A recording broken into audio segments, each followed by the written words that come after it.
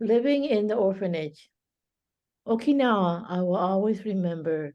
It was a calm and peaceful place. The ocean was all around.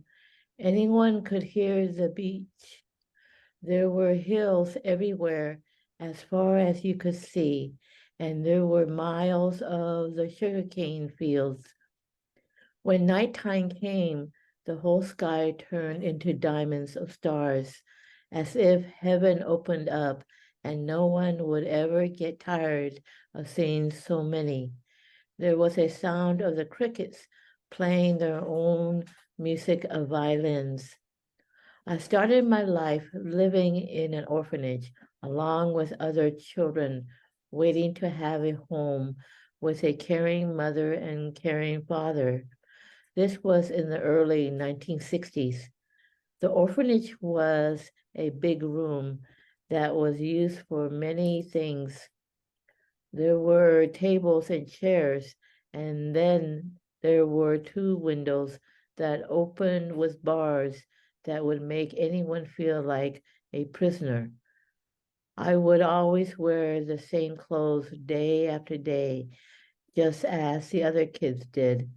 When it came for a meal, it was always fish and rice once a day. I would sit at the table with 9 other children. There were 3 other tables and chairs with the workers watching over us. The workers gave us one meal a day.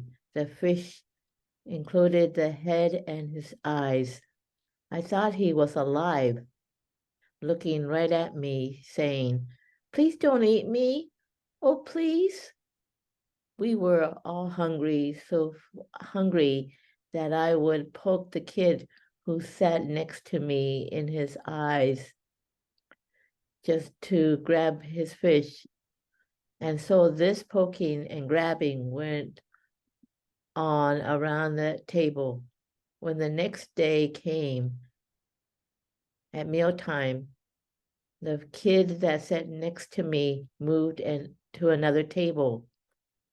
When the mealtime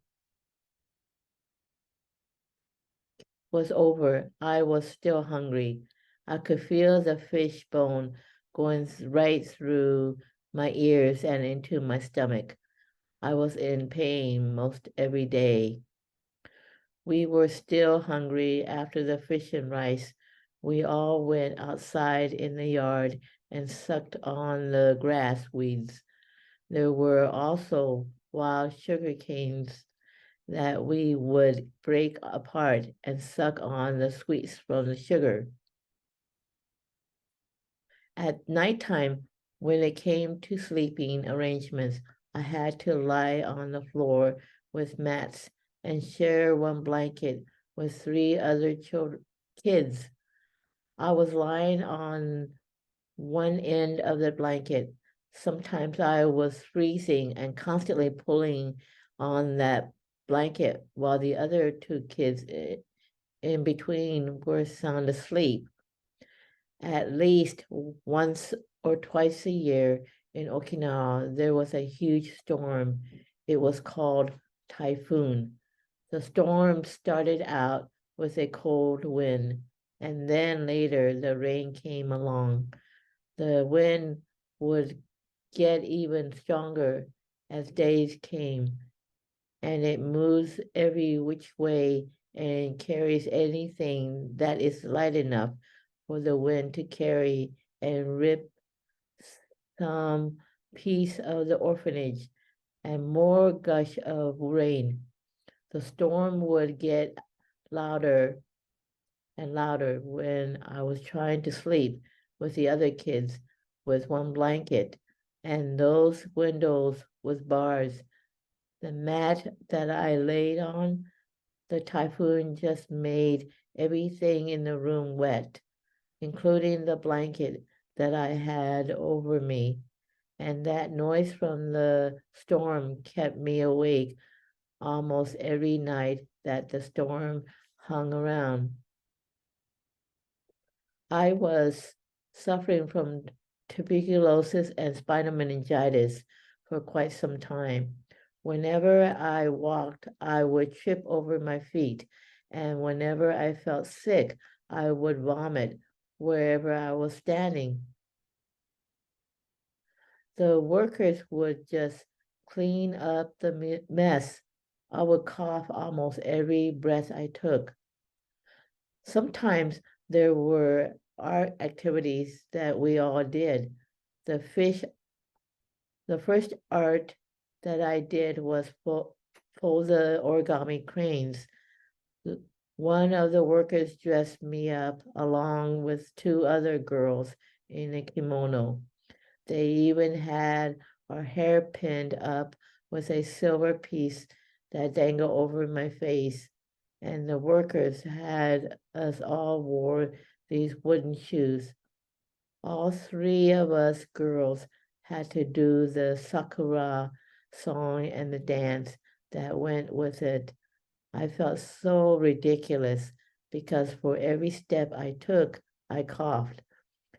There were these fans that we had to hold, and throughout the song and the dance, we had to turn one way and then the other way in one motion.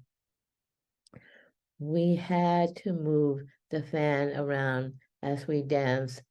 In almost every step we made, this one girl kept running into me when she did the step, and I kept dropping my fan.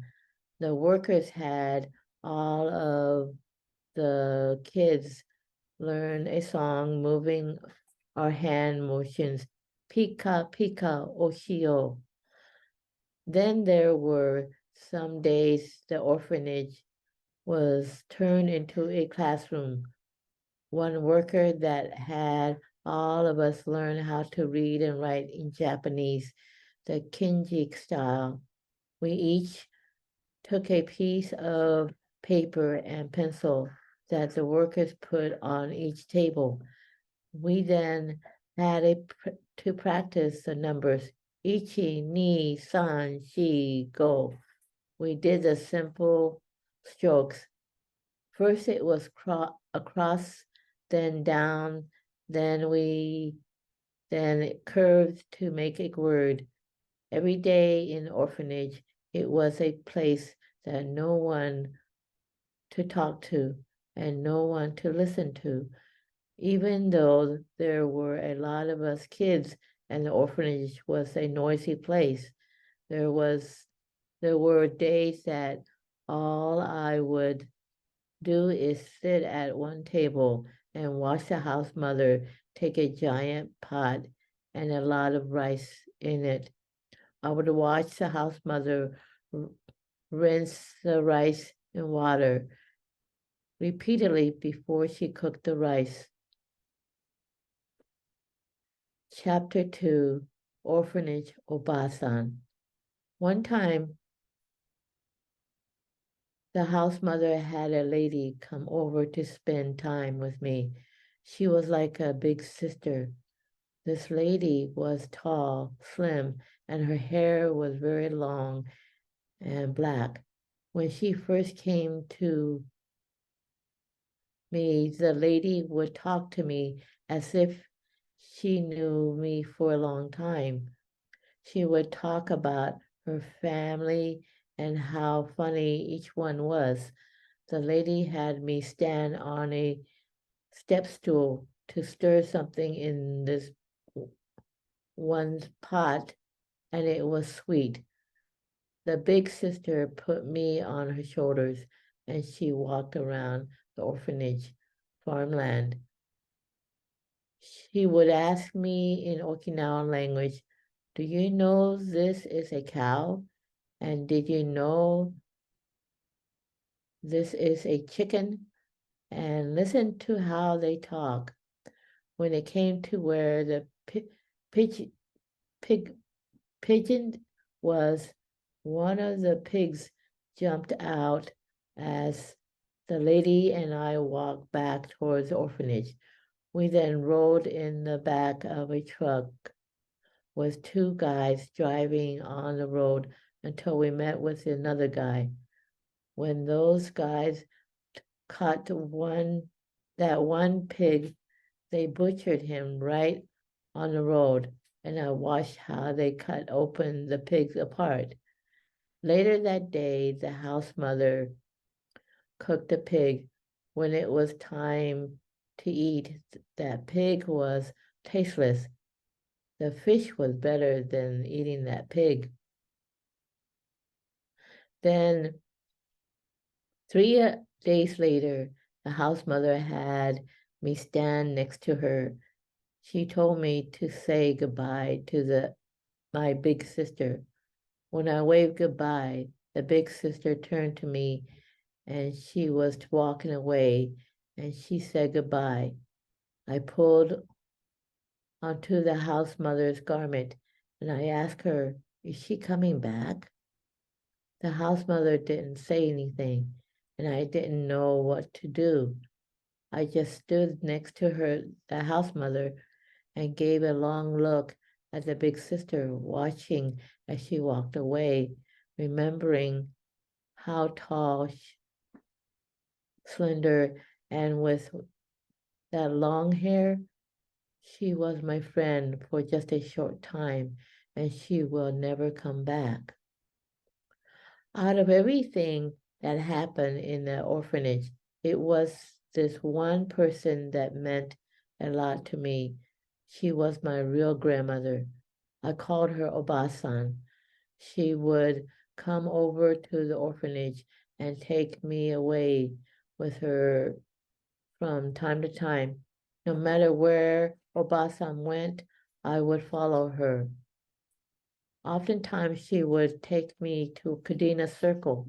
In the circle, there were a lot of shops, fish markets, and some places to eat. I remember how hot it was because everyone that was walking around the lady was carrying folding fans. At the Kadena Circle, people were dressed in their kimono and they wore these socks that made a person look like they only had 2 toes. At that time, there was a famous song that was playing from the speaker in Kadena Circle that was Japanese. Obasan and I met some people that we both knew. We bowed to the other person to show respect, and Obasan made sure that I did the same by pushing my head down to the same person. I felt safe with anyone and with anyone in my surroundings. The bowing seemed like I was putting the other person higher than myself. Obasan had held onto my hands tightly, for I wasn't allowed to touch the garment of the other person.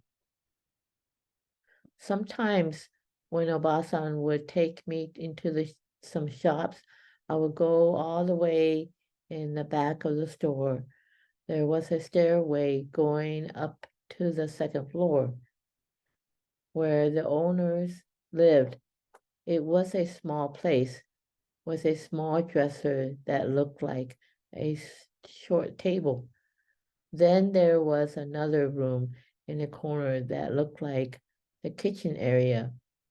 I could see the wok on the stove and a pot of rice right next to the wok. That was the eating place, and it was not a fancy place to look at, but you never go hungry. There was mochi and plenty of it. No matter what shops I went to Kadena Circle, the layout of each shop was the same.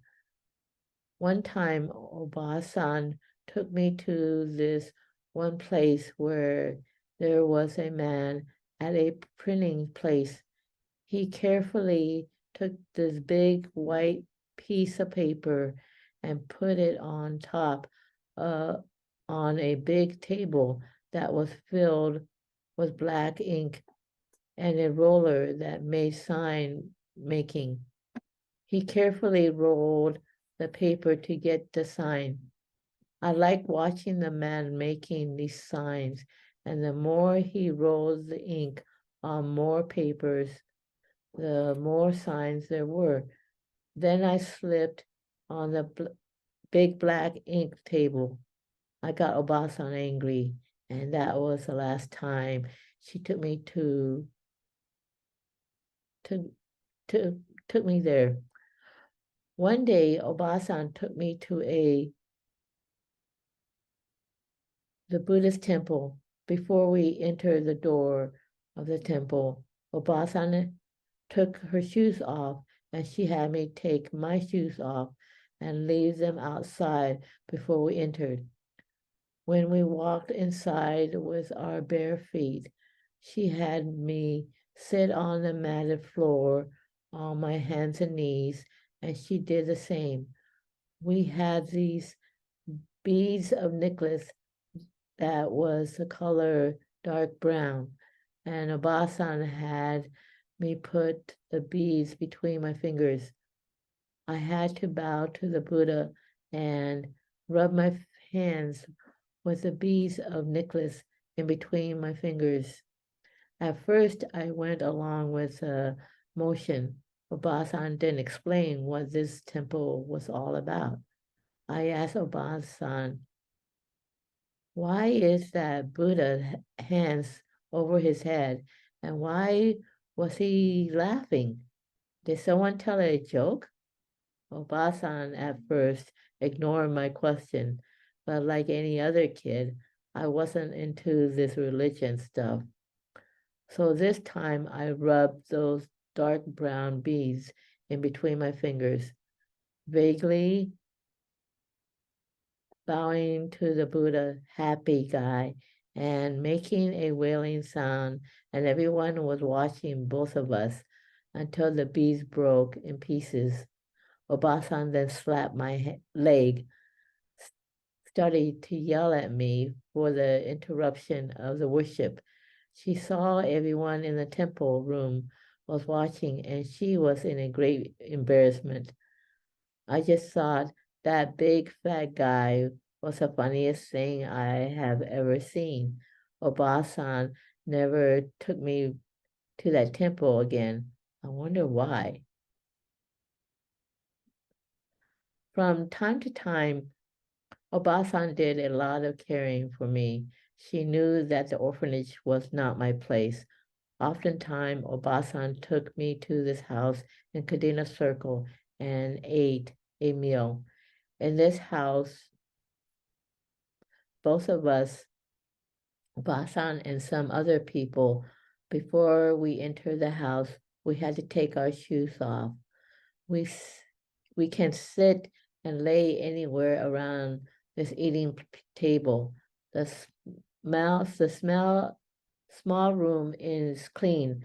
In this house where the kitchen was, we don't need that much space. As long as we have a pot of rice for everyone, there is always a leftover. The dining table was short and close to the ground and square. There were 6 of us around the table, and we each had a bowl of tofu soup, and there were these big bowls of meats, vegetables in the center of the table. Another plate, something that looked like mochi. We each had our own bowl. We dish out from the dish from the center of the table. We ate and ate the stuff in the big bowls that were in the center of the table. We all used our chopsticks, and we ate our soup like we were drinking our teas.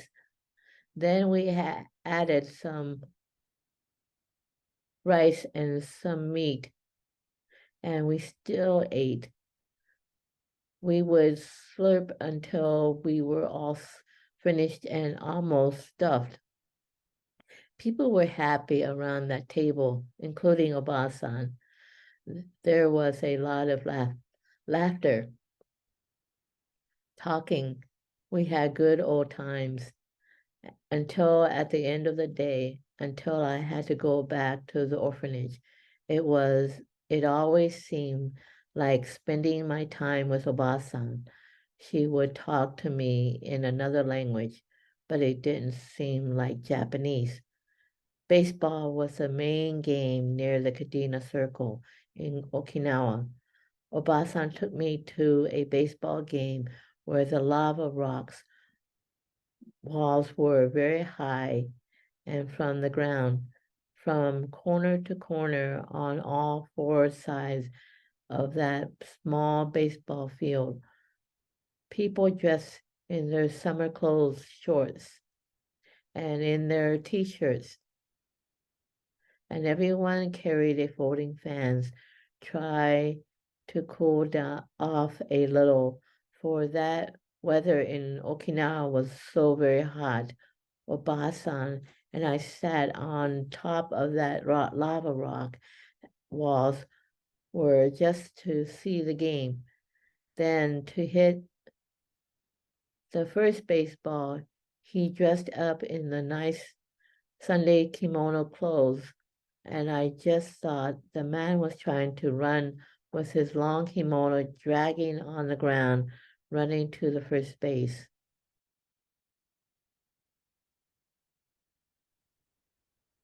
I'm always amazed at how much detail and vivid description you have of these things from so long ago. And then the pictures that you drew, we can see how it's in your mind's eye. You have all these powerful memories. Yeah. I like to, Miyako, how you are able to inject your umaku personality from childhood.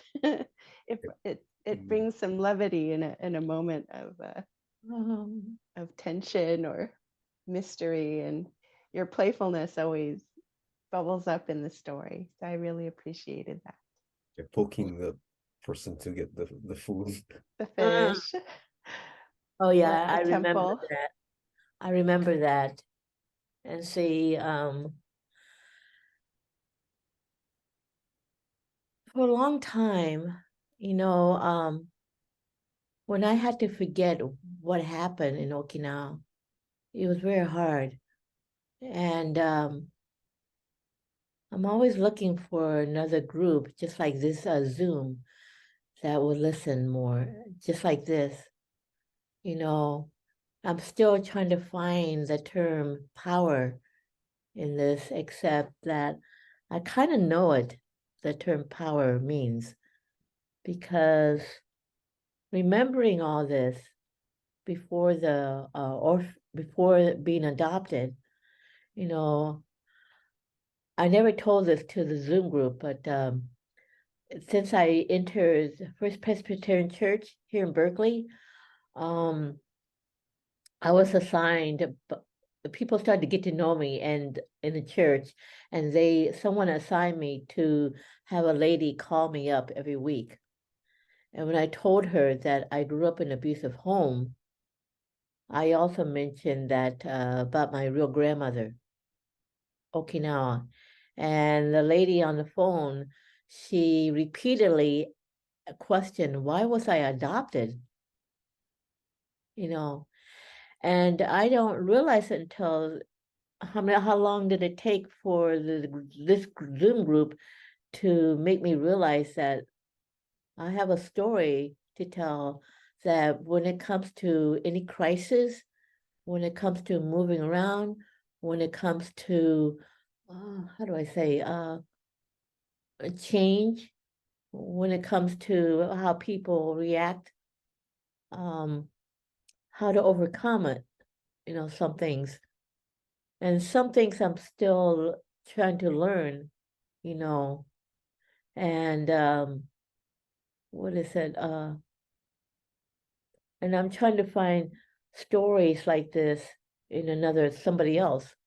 Whoever is reading my story, I want to find something like this as well. Because I don't know how many people can adapt to crisis. Well, we're going through situations right now, like in Berkeley, in Oakland, that is not very pretty.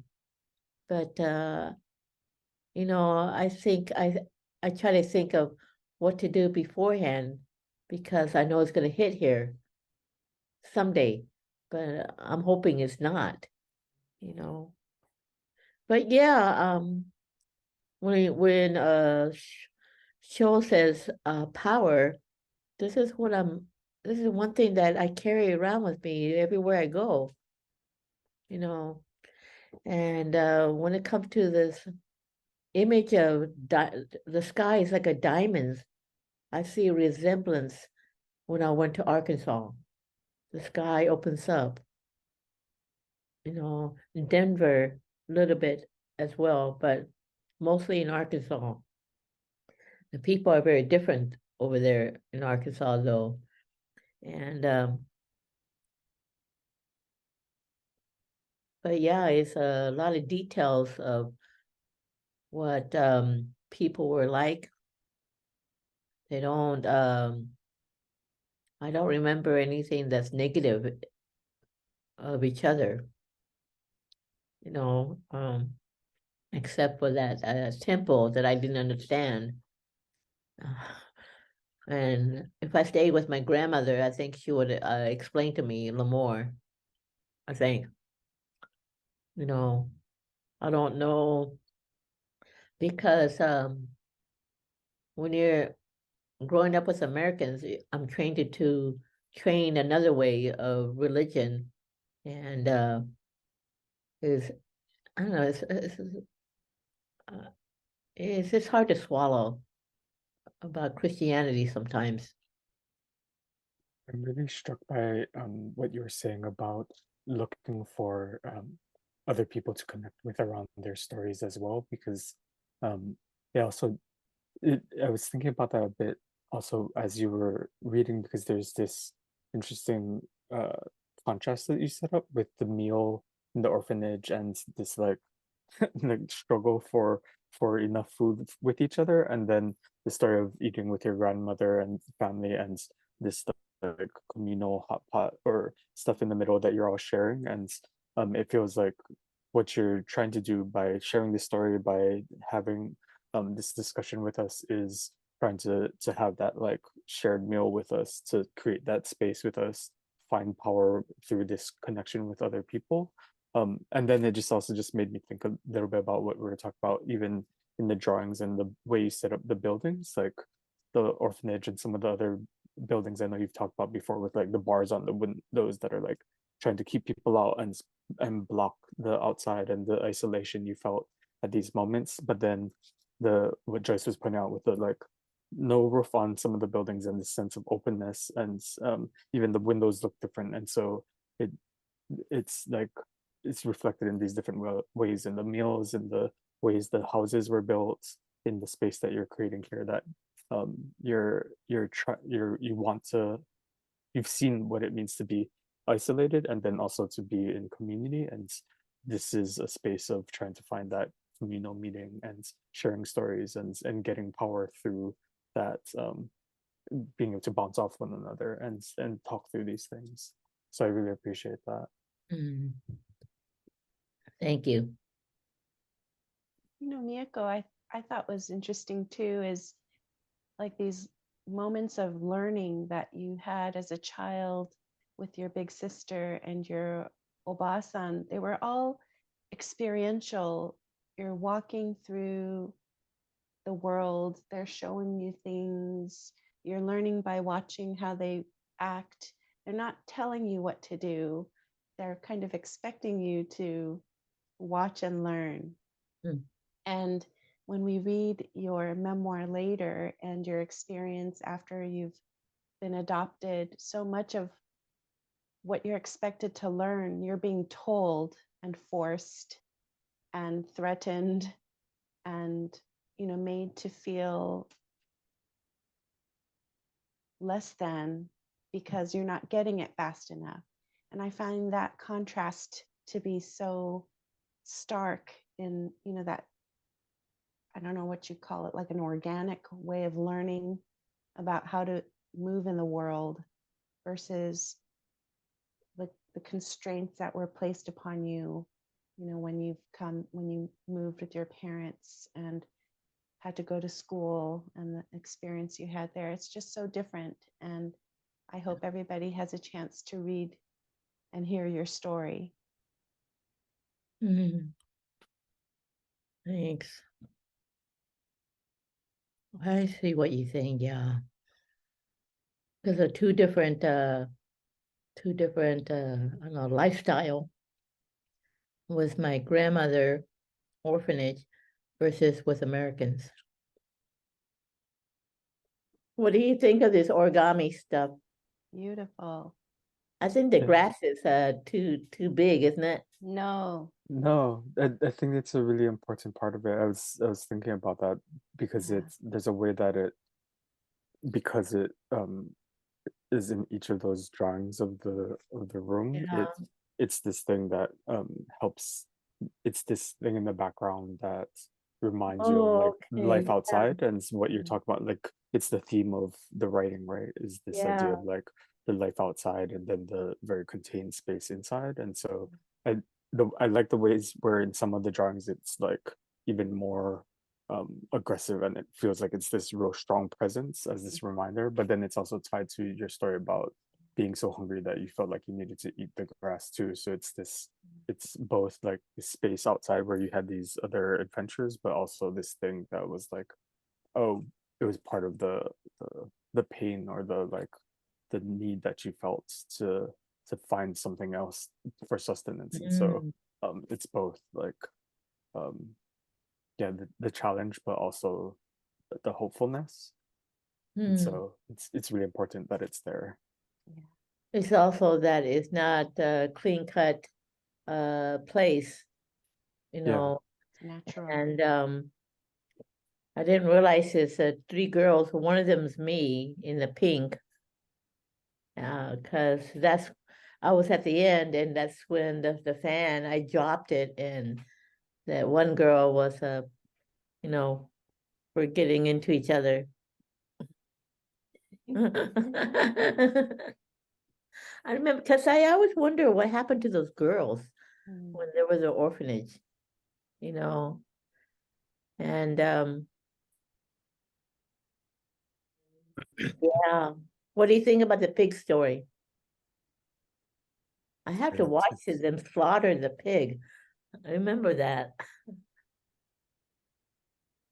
Was it traumatic? I mean, is it like, did it? Yeah, yes and no. Yes and no. Since that's the first time I saw it, you know. I know the building is kind of funny looking here. Sorry, guys. They're not I don't know. funny. They give Yeah. us a sense of repetition. And again, the bars on the windows say a lot. Yep. Yep. Yeah, because I remember that. Um, Yeah, I was actually thinking a lot about that when I was looking at these last night, that there's in a lot of your pictures, it's the perspective of it is to give a sense of like almost like a map, right? Like you're like the even the room is almost like this overview of it, so that we see yeah, all the pieces and how it's laid out, and then this is like a from the sky view looking down. But yeah, so many of the details of it are, and the ways you make the lines are about the like sensory experience of it. So it's like the rain coming in the windows, or the like the movement of the air, or the yeah, grass or things like that. And so you're trying to, it feels like you're trying to connect these very detailed experiences of your body and your physical memory in this place within this kind of like map that you're setting up for us. And so yeah, it feels important that you're actually drawing it like this, because it's saying here's the overview, and then here's the details of like what you were experiencing in these different moments within this. yeah. It's also that I noticed that this kind of makes me think of how Americans set this up a little bit, because after I was introduced to Americans, they want me to know how they deal with life, you know, and I don't think Okinawa was like this from what I remember. Being with my grandmother, it was a little more simple. And I don't know, it's like it's combination of both to me. Yeah, it's a good contrast to your other pictures with the pigs and the other residences versus these houses on Cadena Circle. They all look the same. Yeah. Miyako, what are these things that are protruding from the buildings? Where? on Which the, one? on the ceiling, on the left side of the buildings? What are those things? This one? Those little square. Yes. Uh-huh. Where? What are those? Oh, I'm glad you asked that because that's a speaker. I remember the music comes from those speakers Wow. on the building. I don't think it's that big, but I remember my grandmother take me around and the music, what do you call sukiyaki? I think that's what it is.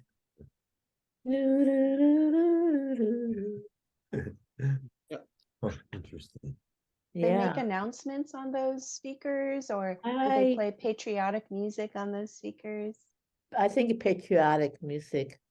I don't know what that word means, but I remember that song. It kept coming, and I remember seeing those speakers. Huh. Did they play Okinawan music too? I don't know. So I heard from friends who grew up in Okinawa, and in the old days, there were only a few phones, so they would announce on the speaker, "There's a phone call for someone. Come to the Yeah. community hall."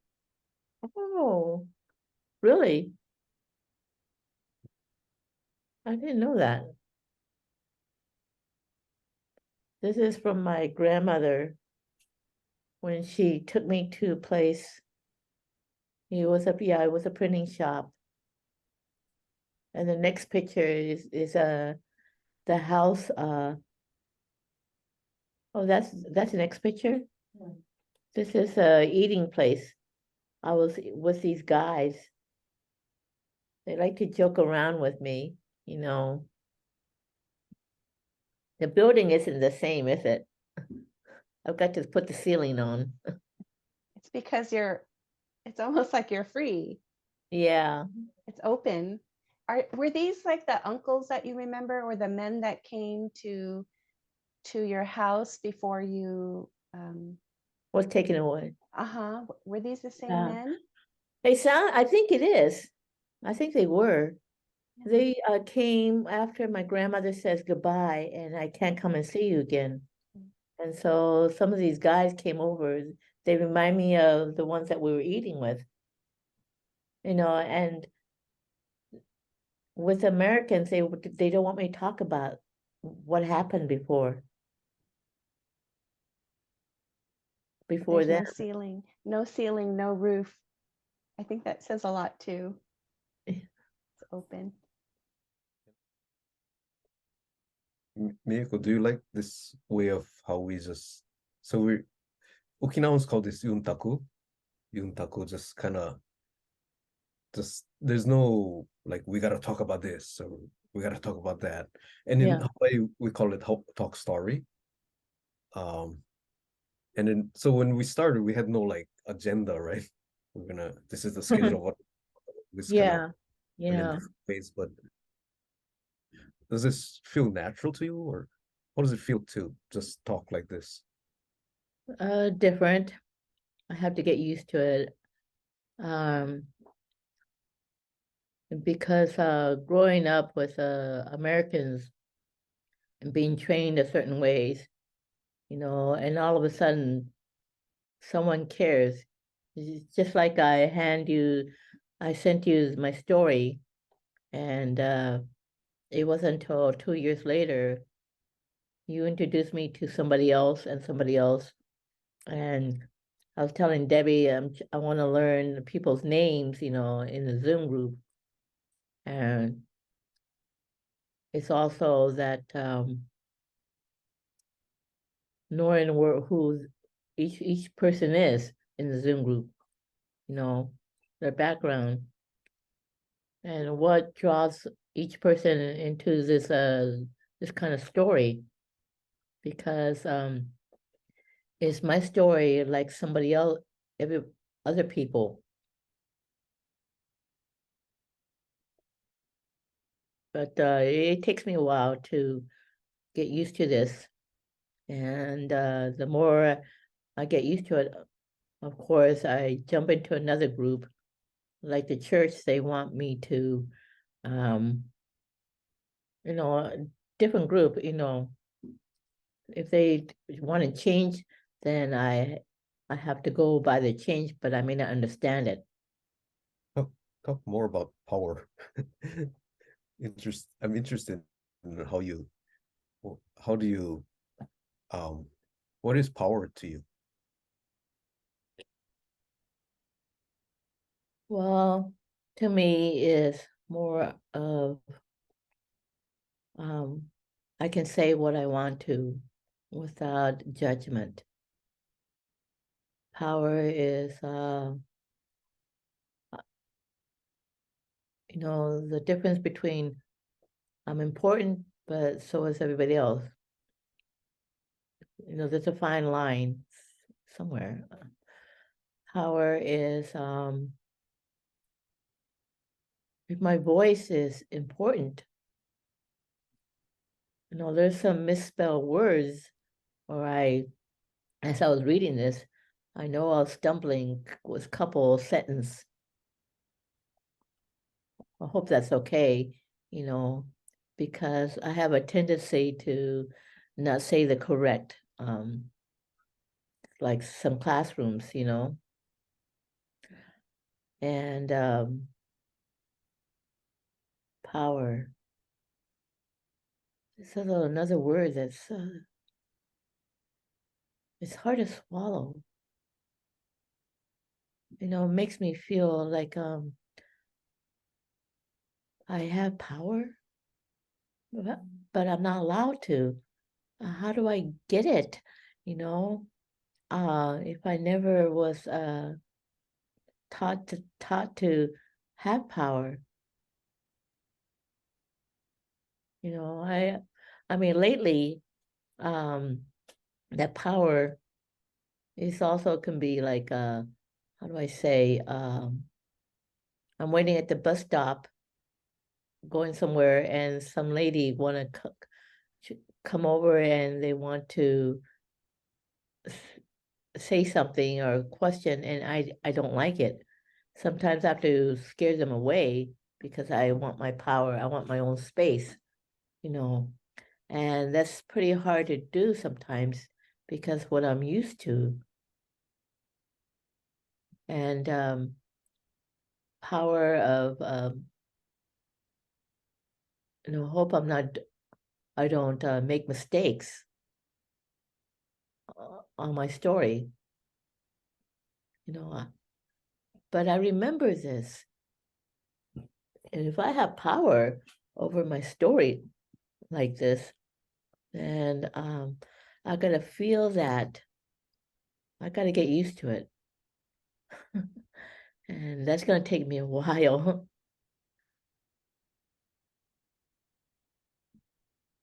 And it's also, is it my power, or is it somebody else telling me what my power is? I know it's not somebody else telling me what my power is, but it's more of like that's how society has been. And being dragged to this country to be told what to do, I can't change my story. But this is one chapters that got me started in remembering how to go about questioning myself. What happened? What kind of family is this? You know, I mean, I think, but it's also kind of confusing in some ways about power, because if I have too much power, then it would do something with other people that's not going to be right, I think. So, there's no balance in both sides sometimes. And that's one thing about Hawaii I noticed, that when it comes to power, is equal both sides. You can sit around and talk to each other, or you can say, I have to go, you know. And sometimes here, when you say you got to go, some people won't let you. What do you think? Yeah, I think so. And that's what kind of like what the Yuntaku or talk story is, right? And then so I'm in what they call academia, right? Academia, like at the university, or that kind of place. It's kind of top down, right? And then there's no place to Yuntaku or talk story. So yeah, I enjoy these spaces as well too.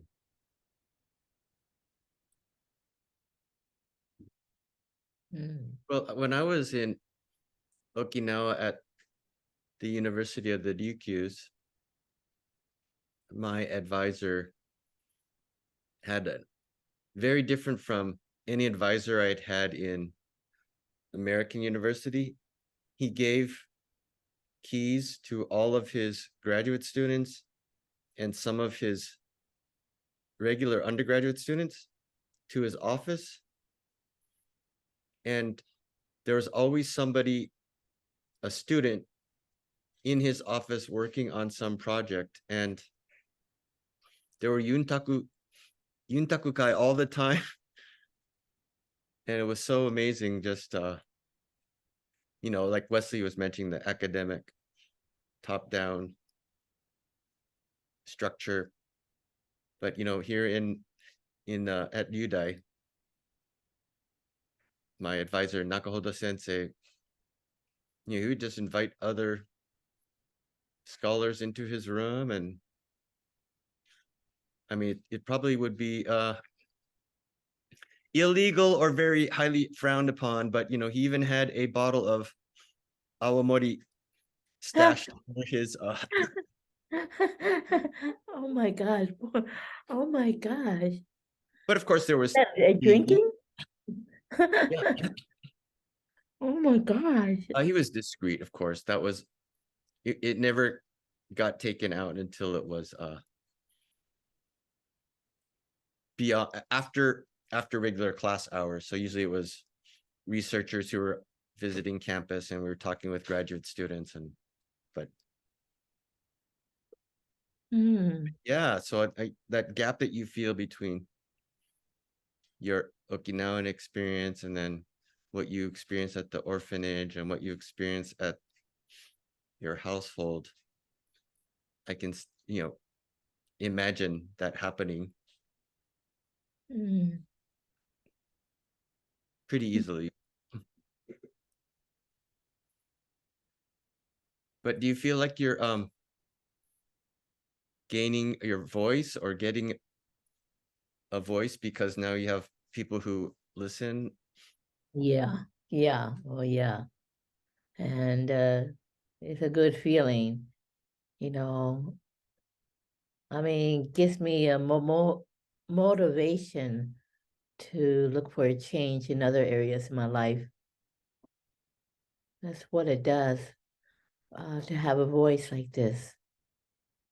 It's also people are paying attention.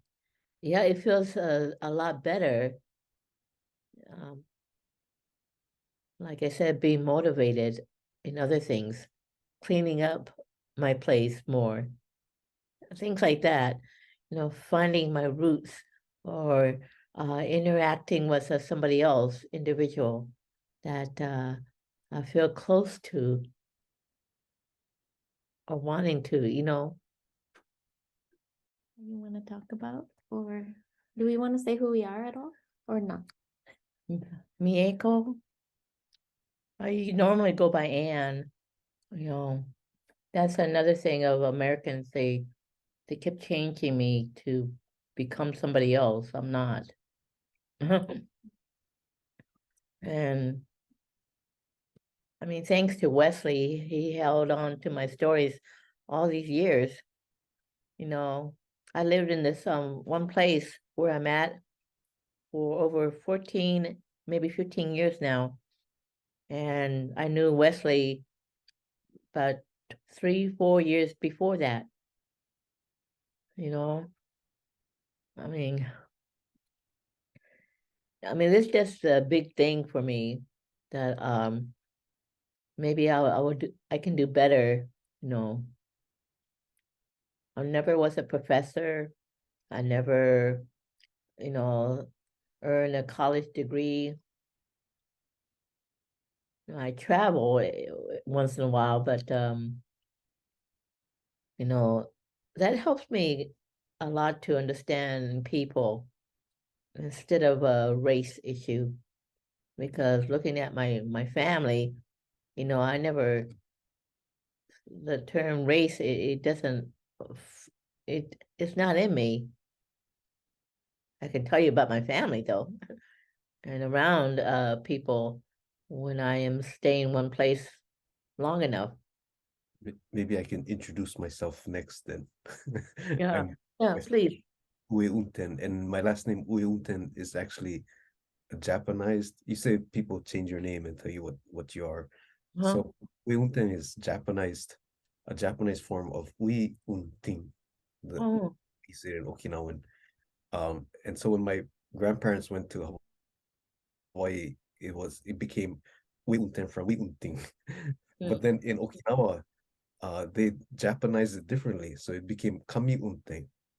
So now when I go to Okinawa, the Okinawans say, "No, your name is wrong. It should be Kami Unteng, not Ue Unteng." So I, oh, it, I kind of know a little bit how you feel about how people just want you to be your name to be a certain way. But mhm. I just wanted to add that yeah, I've known Mieko from I don't know long 20, not 20, but maybe 15 years. Yeah. And so you might not know it, but you think you have changed, but I have changed a lot too. By Mhm, yeah. story, uh, I got to know a lot, a totally different perspective of Okinawa. It's so interesting that uh, we grew up both Okinawan, but I grew up in Hawaii, and then Mhm. it certain times you were living on Kauai and I'm from Kauai. We were on the same island at the same time. We end up here in Albany, El Cerrito. Oh, yeah, that's funny. So so I've learned a lot and grown a lot from uh um reading your stories and talking to you. So it's not only you that's changed. It's Yeah, you. So I just wanted to share yeah, that. yeah. Thank you. Should I popcorn it or anyone want to go? I have to take off, so I have a class to run to, but I can introduce So, myself. can you tell a little bit about yourself, Kyle? Sure. So I'm Kyle Ikeda, and my last name is more Japanese, but my grandmother is from of Okinawan descent. So yeah, when I when I was in Okinawa and people would ask my name, um, there was a little bit of dance around. Oh, So are you right? You from the mainland? Or you mm, and they wouldn't say Okinawan. They would say like a Kenke, like oh yeah. someone from the prefecture, or someone, or descendant of someone from the prefecture. Mhm. Amatu. Mm. But yeah, reading your story, I felt all sorts of connections too, because you spend time in Hawaii, and you mentioned the Air Force Base, or the areas near Wahiwa, and that's actually nearby where the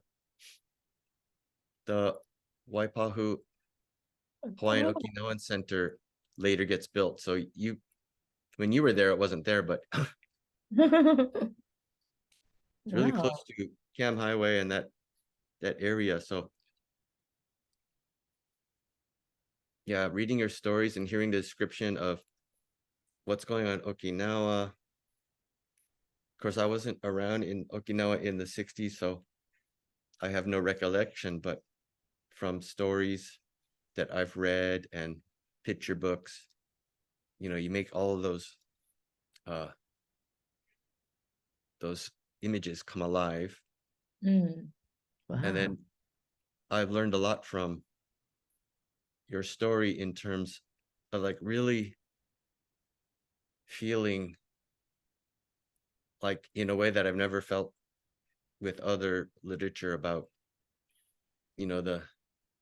the trauma and survival of someone who's endured all the things that you have. It's definitely made me, I think, a more sensitive and understanding instructor. When my students will send me a personal email telling me, I can't handle this reading you're having us do because it's too traumatic. And I think before I would have been more inclined to think that these are true stories, we need to read them, but then I don't want to force someone to relive a horrible memory. But so anyways, being more sensitive to that. So thank you very much, Miyako, for sharing those stories. And thank you, Wesley, too, for pointing out how you've grown. And I reflect on my own experience encountering your story. So thank you. Weston, what's your story? So I'm Weston Turuya. So I really appreciate it. So I'm Okinawan on my dad's side, and my family's from Hiroshima on my mom's side, and I'm fourth generation, born and raised in Hawaii, living in California now. But I think what I've really appreciated about these conversations is, my connection to my like to Okinawan culture and community has really been through family, and it's so, or like like Oruko Azaji picnics, and so it's like very kind of filtered down in a like diaspora experience. It's like, okay, the like culture of hanging out with the like extended family in these like very casual settings, and so like bits of music or a few things here and there, but it's very uh yeah, like there's these layers of culture and distance that have been mixed in, so I haven't had as much of a chance to really get a sense of like what are the shared commonalities and histories.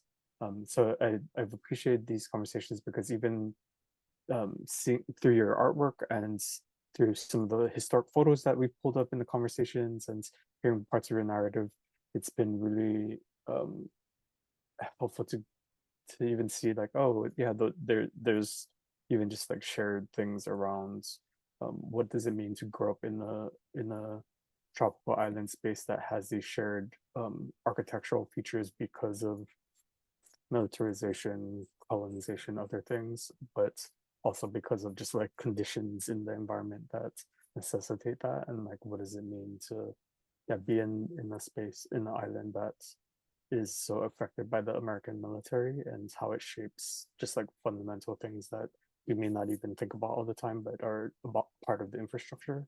So yeah, so I really appreciate this chance to think about it, not just as like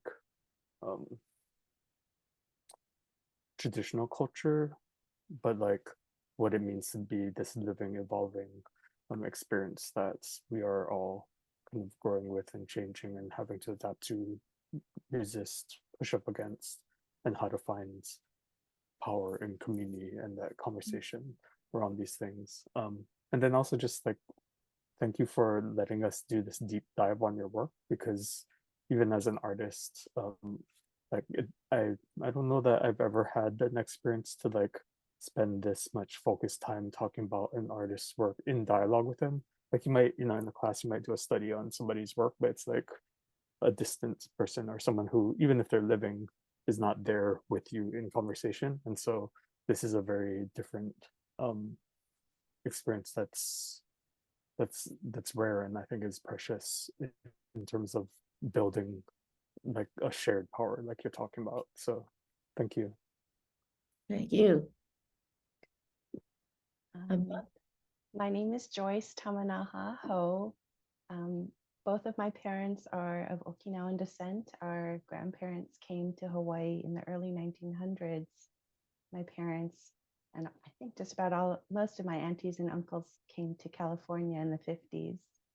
But their experience was a very different one as Kibe survivors of the Battle of Okinawa. And hearing Miyako's story just reinforces how important that kind of reflection on our lives, our families, the roles they play in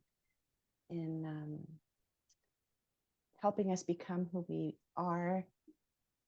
That I think has been so powerful, and I want to say thank you, Miyako and Wesley, and all of you for inviting someone like me just to hop on. I'm a former teacher, someday teacher librarian, and I want to make sure that I remember how and encourage students to tell their stories, because like you are a perfect example of the power of art and reflection and writing in healing and empowering ourselves. And I'm so grateful to be part of this conversation. Thank you, Wesley. Thank you very much. And see, that's another thing of power. You don't have Betty what's her name? Kano around, but she gave me the power of keep doing my art. And thanks to her, I do my more arts, and I put it on the screen, and I guess that means a lot to the viewers, and I'm eager to find more groups like this that they want to see something like that, the arts, and helps me to engage, have that power, even if I just crochet and sit in the coffee shop, at least I'm being that's constructive, right? It may not be constructive to everybody, but for me it is, So thank you. Keep going with your students, that power, yes. Yes, thank you. Sayonara, aloha, mahalo. Thank you. Thank you. You. Bye, everybody. See you soon. Okay, see you Bye. next time.